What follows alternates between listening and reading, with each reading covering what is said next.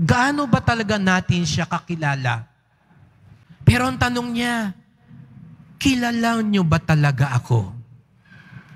Sa ibang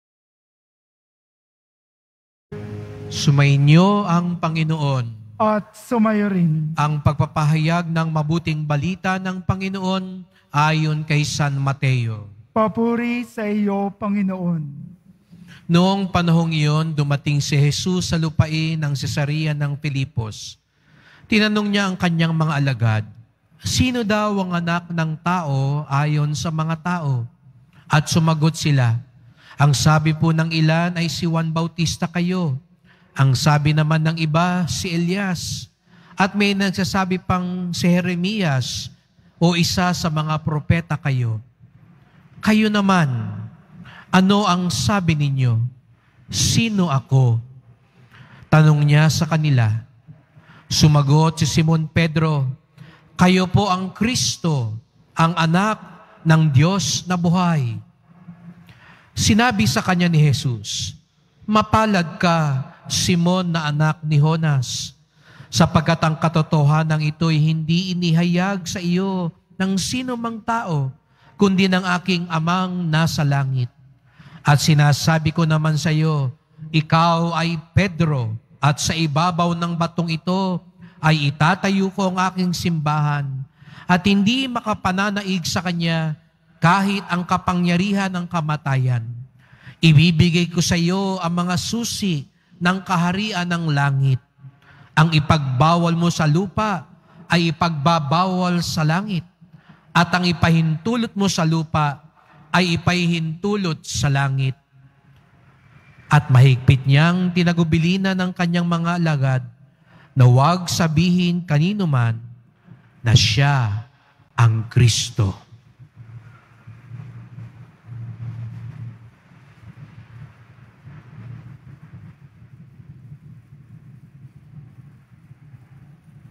Mga kapatid, ang mabuting balita ng ating kaligtasan. Pinupuri ka namin, Panginoong Hesukristo. Magsiupo muna po ang lahat. Magandang gabi po sa inyong lahat at maligayang pagdating sa tahanan ng ating mahal na pong Jesus Nazareno. Binabati din po natin ang mga kasama natin online, lalo na po mga may sakit at nag-aalaga sa may sakit, at mga kababayan, mga kadeboto natin mula sa iba't ibang panig ng bansa, daigdig, na nais sumama sa pagdiriwang ng misa dito sa ating simbahan sa Quiapo, sa Basilica Minor at Pambansang Dambana ni Jesus Nazareno. Araw ng linggo, araw ng Panginoon, araw ng simbahan, at tayong lahat tinawag ng Diyos upang magsimba, upang ipagdiwang ang kanyang wagas at tapat na pag-ibig. Kaya't bigyan natin ng papuri, pasasalamat at parangal ang ating minamahal na Nuestro Padre Jesus Nazareno.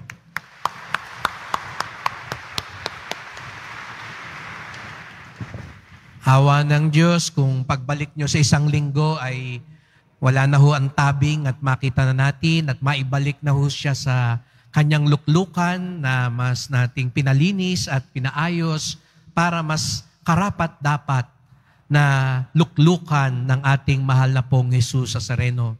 Sapagkat pagmahal natin ang isang tao, binibigay natin ang the best sa Kanya.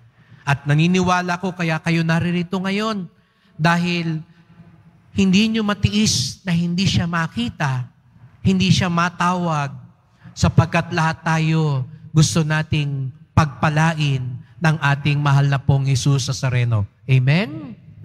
Ang mga gustong pagpalain ng pong Nazareno, pumalakpak ng mas malakas.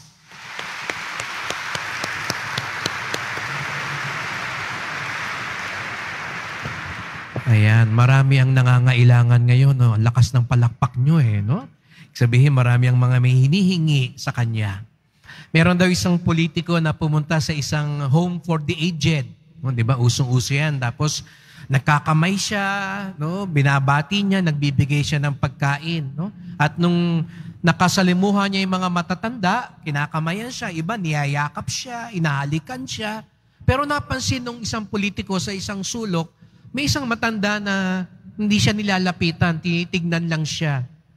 Kaya naintriga itong politikong ito, lumapit doon sa matanda. Kasi hindi siya pinapansin. Yung ibang mga matatanda, talagang halos halikan at yakapin siya. Lalo na pag nag-aabot siya. Pero itong matandang to, kahit inaabutan na niya, hindi siya pinapansin. Kaya nilapitan niya matanda, sabi niya, Lola, kilala mo ba ako? Tinignan lang siya ng matanda. Hindi sumasagot. Inulit-ulit yung politiko, kilala mo ba ako? Alam nyo naman, home for the aged yun, kaya yung mga matatanda nun, mga nag-uulianin na rin, no? Makakalimutin. Kilala nyo po ba ako? Kaya sabi ng matanda, itanong mo sa nurse, baka alam niya kung sino ka. No? Kilala mo ba ako? Kilala nyo ba ako? Alam niyo po, mag-iisang taon na po mula nung inanunsyo ni Cardinal Joe na ako po ang magiging kura, ang bagong kura ng Quiapo. Si Monsignor Ding po na nagbabakasyon ngayon dito, pigil na pigil siyang i-anunsyo. Ayaw hindi niya masabi sa mga tao na ako po. At hindi naman alam talaga ng mga tao dito na ako ang magiging bagong pari ng Quiapo. Kaya't minabuti ko po na nung mga sandaling yun, mga 1 taon na ang nakakalipas, bago pa talagang inanunsyo na ako ang magiging pari sa Quiapo, sabi ko, makapunta nga sa Quiapo. Mapuntahan nga saan ako isusugo ng Panginoon.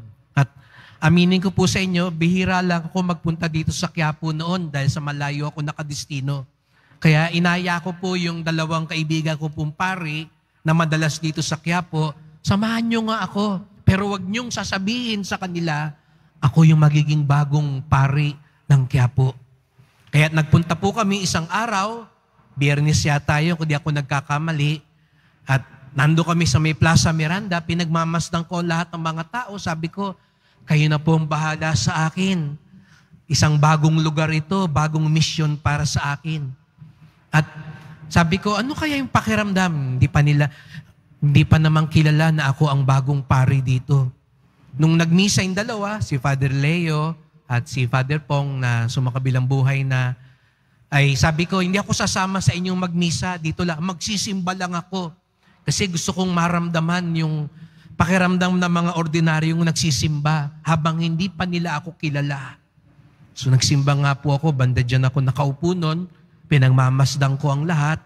At pagkatapos ng misa, usapan namin, sabi nila, pumunta ka doon sa BPI. Doon tayo magkita, pumasok ka doon. So pagkatapos nga ng misa, nung dadasal pa nga ako, sabi, alis na. No? So nagmamadali na kaming pinapaalis na. So paglabas doon, punta ako dito sa may BPI, papasok na sana ako, sabi sa akin doon, bawal po kayo dito. Hindi ho pwede rito. So nagulat kagad ako, natakot ako. Gusto ko sana sabihin doon, kilala niyo ba ako? No? Pero hindi ko ginawa yun. No? Napaurong ako ng konti na nakatakas ako pagdating dito sa may pahalik. Sabi sa akin, hindi ko kayo pwede rito. Doon kayo. Natutokso na naman akong sabihin, kilala niyo ba ako? Hindi niyo ba alam ako ang magiging bagong kura ninyo? Pero hindi ko sinabi yun. Baka matakot sila. No? Ayan, kaya ingat kayo ha. Yung mga shares ha. Baka yung mga pinagsasabihan nyo, yan na pala ang susunod na pari ng Quiapo. No? Baka yung mga sinasabihan nyo sa megaphone, no? Baka yung mga tinutulak natin, baka kung sino yun. No? Pero, kilala ba natin si Jesus Nazareno? Ngayong araw na ito yung tanong na gusto niyang pagnilayan natin. Gaano ba talaga natin siya kakilala? Opo, tuwing Biyernes, tuwing Linggo, nagpupunta tayo rito. Nagdarasal tayo sa Kanya. Tumatawag tayo sa Kanya. Pero ang tanong niya, kilala niyo ba talaga ako? Sa Ebanghelyo, tinanong niya ang kanyang mga alagad. Bago niya tinanong ang derechahan, sabi niya, anong sabi ng iba tungkol sa akin? Kaya sabi ng mga alagad, sabi po ng iba, kayo si Juan Bautista, kayo si Elias, kayo si Jeremias, o isa sa mga propeta. Pero alam niyo mga kapatid, hindi interesado si Jesus Nazareno kung ano ang sinasabi ng ibang tao. Unang pagninilay, ikaw ba yung taong ang iniisip mo lagi anong sasabihin ng iba? Mas matimbang sa'yo kung ano ang sasabihin ng iba? Ganun ka bang klaseng tao? Anong sabi nila? Maganda ba yung suot ko? Anong sabi nila? Mabait ba ako? Yun bang mas matimbang sa atin kung anong sasabihin ng iba? Kaya minsan ang galaw natin sa buhay ay pagpapakita sa ibang tao para masabi nilang, uy, madasalin pala yung taong yun. Uy, tagasimbahan pala yung taong yun. Uy, deboto pala yung taong yun. Pag nakikita tayo ng ibang tao, pag wala nang nakakakita, iba na tayo. Ganun ba tayong uri ng tao? Mas pinapahalagahan natin ang sinasabi, iniisip ng iba. Pero kay Jesus Nazareno, hindi yun ang mahalaga. Kaya minsan, di ba, pag nagtatanong tayo, sinong gustong tumulong? Sinong gusto mag-volunteer? Titingin ka muna sa paligid, may magtataas ba ng kamay? Pag wala nagtaas ng kamay, hindi na rin ako magtataas. Doon ba tayo sa sinasabi ng nakakarami? Kahit mali, kahit hindi tama, kasi yun ang sabi ng marami, doon tayo. Kalilimutan natin ang paninindigan, kalilimutan natin ang katotohanan, isasantabi natin ang mabuti dahil mas marami ang nakapanig sa kabila. Hilingin natin ang unang biyaya na hindi yon ang magpatakbo ng buhay natin. Dahil sa mismong pagkilala natin kay Jesus Nazareno, hindi sapat kung ano ang sabihin ng iba. Opo, nung bata tayo, tinuruan tayo ng magulang natin. Tinuruan tayo ng mga lolo't lola natin. Tinuruan tayo ng mga pari, ng mga katikista. Sino si Jesus Nazareno? Siguro sabihin natin, ang turo sa amin, siya yung anak ng Diyos. Sabi sa Biblia, siya yung tagapagligtas. Sabi ng lola ko, siya yung kahit anong idasal mo, ibibigay niya sa'yo. Pero ang tanong, ikaw, sino nga ba si Jesus Nazareno para sa'yo? Lumago ba ang pagkilala mo sa Kanya? Si Jesus Nazareno ba yung kinakatakutan mo kasi pag may ginawa kang masama, natatakot ka sa Kanya, baka parusahan ka? Yung bang pagkilala mo kay Jesus Nazareno? Si Jesus ba yung tingin mo, dapat magpakabait ako? Kasi pag nagpakabait ako, lahat ng hihingin ko, ibibigay niya sa akin. Ganun ba ang pagkilala mo sa Kanya? Mabait lang siya pag mabait ka sa Kanya? Gaano natin kakilala si Jesus Nazareno? Tanungin mo ngayon ang sarili mo. At para makilala natin, alam natin mga kapatid, dalawang bagay ang kailangan. Panahon. Pag wala kang panahon sa isang tao, hindi mo siya makikilala ng lubos. Di ho ba?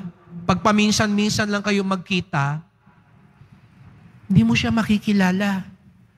Kung paminsan-minsan lang ang oras natin sa Panginoon, hindi natin siya lubos na makikilala. Pero mga kapatid, hindi lang panahon ang kailangan. Ang kailangan din ay lalim ng ugnayan. May mga taong matagal nang magkasama, pero hindi naman talaga magkakilala.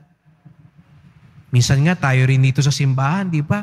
Sa dami natin, ang tagal natin magkakasama, pero pag nakita, ay, ikaw ba yung nagsiserve doon? Ay, hindi nga natin minsan kilala ang bawat isa.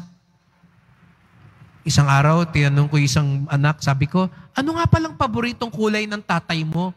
Bigla siya natigilan, sabi niya, ay, hindi ko alam, Father. nakatira na kayo sa isang bubong. Isang beses sa isang counseling, sabi ko sa isang magulang, kilala mo ba talagang anak mo? Alam mo ba ang pinagdadaanan niya ngayon? Nabubuli siya sa eskwelahan, tinutokso siya, inaapi siya, pinagtutulungan siya, kaya ayaw niyang pumasok. Akala mo, kaya ayaw pumasok dahil nagbubulakbol. Akala mo kaya ayaw pumasok kasi tamad. Pero kaya ayaw niyang pumasok kasi hiyang-hiya na siya. Hirap na siya. Sa katunayan, gusto na nga niyang magpakamatay kasi nabubuli siya sa eskwelahan. Hiyang-hiya yung magulang. Sabi niya, Father, pasensya na. Kasi ang dami kong ginagawa, ang dami kong trabaho. Hindi ko nakilala pala ang anak ko. Minsan, kahit asawa mo, kasama mo na sa kama, nasa isang bubong na kayo, hindi mo pa rin siya kilala. Ngayong araw na ito, mga kapatid, tinatawag tayo ni Jesus Nazareno, kilalanin natin siyang lubos. Kaya nga't lagi ko po kayong pinapakiusapan na kapag tayo'y nagdarasal, nagsisimba, huwag lang tayo ang magsasalita. Huwag lang tayo pupunta dito at iisa-isahin natin sa Kanya lahat ng kahilingan natin, lahat ng gusto natin. Sana bigyan din natin ng oras si Jesus Nazareno makipag-usap sa atin. Alam nyo ba, gustong-gustong magpakilala ni Jesus sa bawat isa sa atin. Gustong-gusto niya tayong lahat kausapin. Ngunit minsan sarado ang ating puso. Minsan tayo lang ang nagsasalita. Minsan abala ang ating isipan. Kaya tingin natin ang biyaya na lalo natin siyang makilala. Sabi nga ni Pedro, ikaw ang aming tagapagligtas. Opo, napakadaling sabihin, mahal na pong Jesus Nazareno, kayo ang aming tagapagligtas. Pero sa buhay ba natin, siya talaga ang nagliligtas? O baka naman sa totoo lang, ang tingin pa rin natin, pera ang magliligtas. Kapangyarihan, posisyon, samahan, tao ang magliligtas. Kaya nga, mas pinapahalagahan natin kung ano ang sinasabi ng ibang tao kaysa sa sasabihin ng Diyos. Sabi ni Pedro, ikaw ang anak ng Diyos na buhay. Buhay pa talaga si Jesus Nazareno? Buhay pa talaga siya sa atin? Sapagkat kung buhay siya sa atin, hindi lang tayo mabait sa loob ng simbahan. Saan man tayo naroon dahil buhay ang Diyos. Alam natin, naririnig niya kung anong sinasabi natin. Nakikita niya kung ano ang ginagawa natin. Natatalastas niya kung ano ang mga pinipili natin sa buhay. Siya ba talaga ang tagapagligtas natin?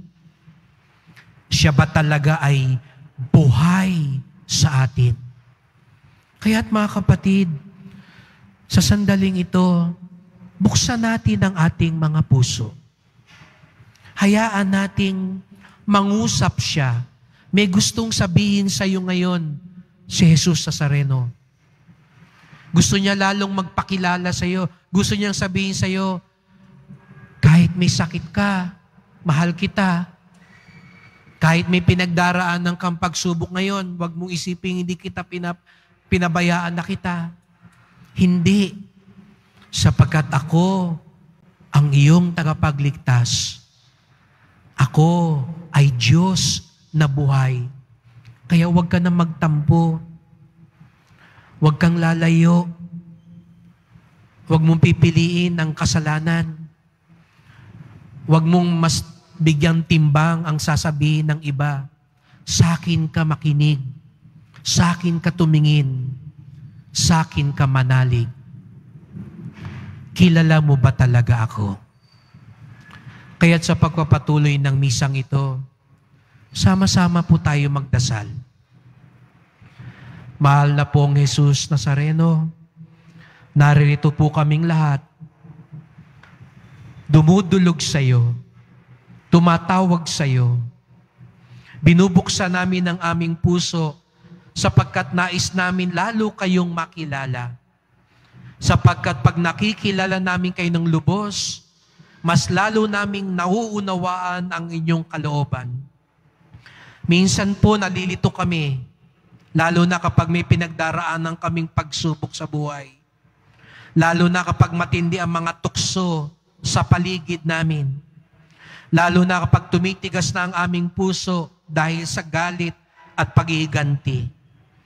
Kaya nga't bumabalik kami ngayon sa iyo, sapagkat alam namin, kayo po ang aming tagapagligtas, hindi ang mundong ito. Hindi ang hinihingi lang namin sa inyo. Hindi po.